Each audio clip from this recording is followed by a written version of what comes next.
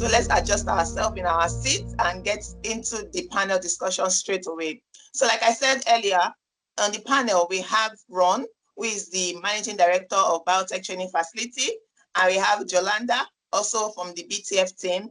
Then we have the cohort 1, 2 scholars that partook in the scholarship earlier in the year, that is Dr. Adora and Dr. Courage. So they will be on the panel now. And I want to kick off right away with Ron. Ron is going to be speaking on technology transfer. We heard so much about technology transfer. It was remarkable, really. So I would love Ron to take the floor now and talk about technology transfer. What is the solution to this, right? Speaking as an expert in the field and also as someone who has experience both in Africa and also in the European Union and Europe, really. So what are your insights? What are the solutions to technology transfer and also intellectual property? How do we handle those bottlenecks and challenges? Over to you, Ron.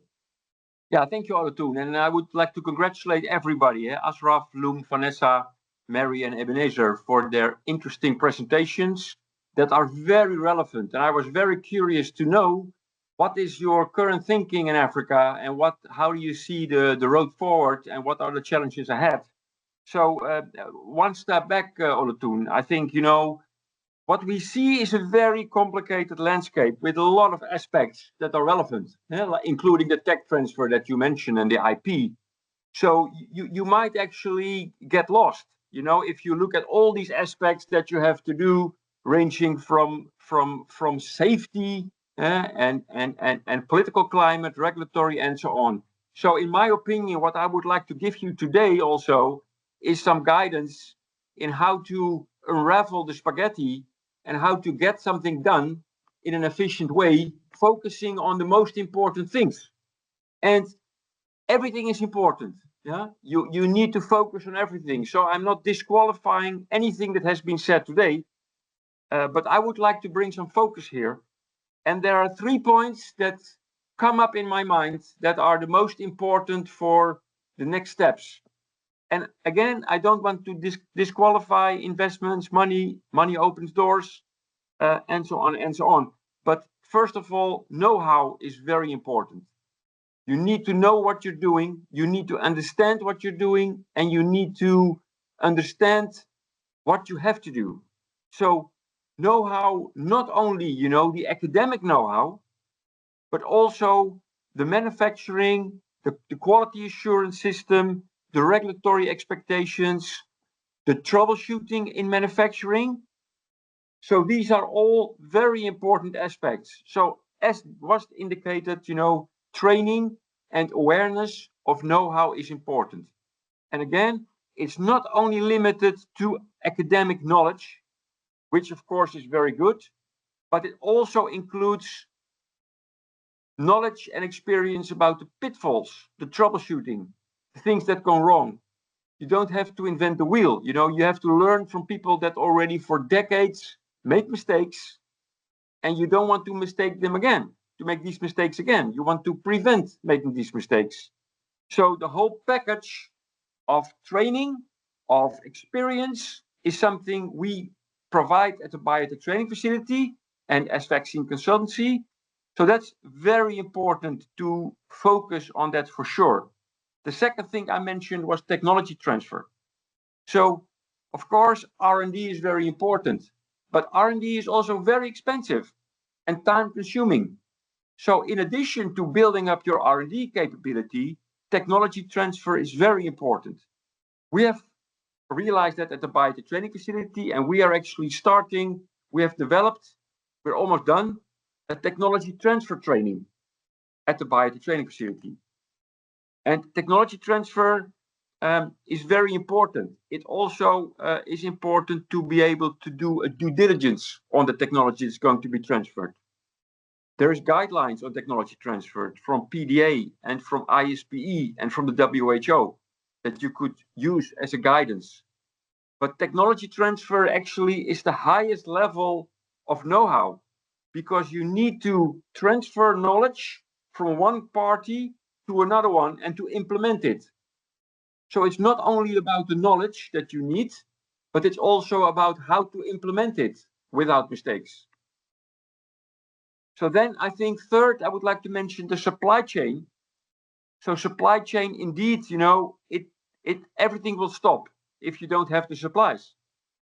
And of course, it makes sense to get local supply because that's, shorter, potentially cheaper, and so on and so on.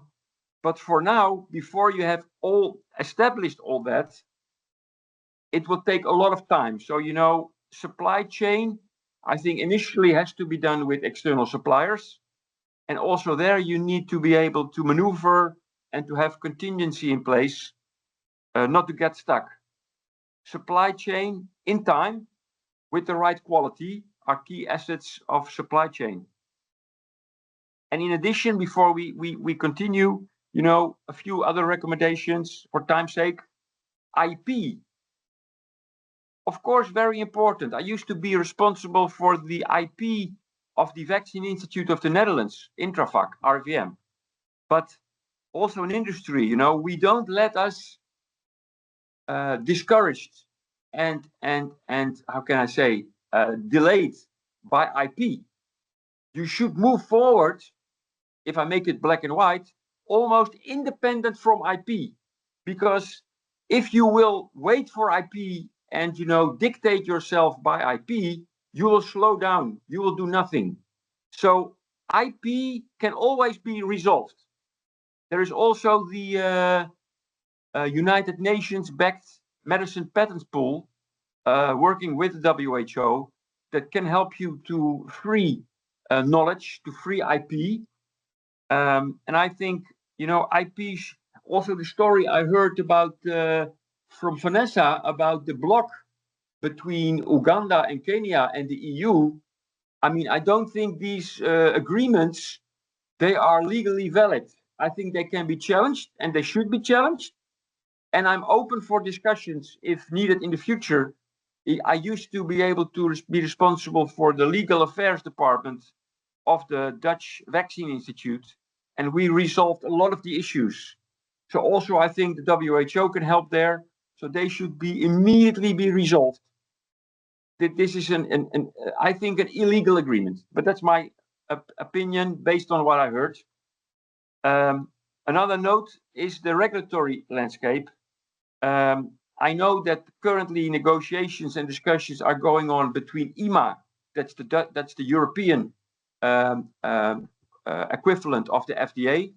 The EMA is currently discussing how to set up an AMA in Africa, an African Medicine Agency, which could act in a similar way as the European Medical Agency, responsible for approval of market authorizations. So that's important. In the moment, I have a lot of experience with pre-qualification by WHO. So please, indeed, do not focus on national licenses and marketing authorizations, but organize it for the continent and use WHO, use EMA, use AMA to get it quickly done. And finally, a comment on R&D, which I said already, R&D is important, but it takes a long time. So you should build up in parallel, like I said, and you should focus on technology transfer to bring in as fast as possible technologies that are available in the world, messenger RNA technology, baculovirus technology, all kinds of technologies, recombinant manufacturing technologies in yeast. They are all available, and you should utilize them as soon as possible through technology transfer. This was, in short, a few comments I would like to start with, Olutoon. Okay.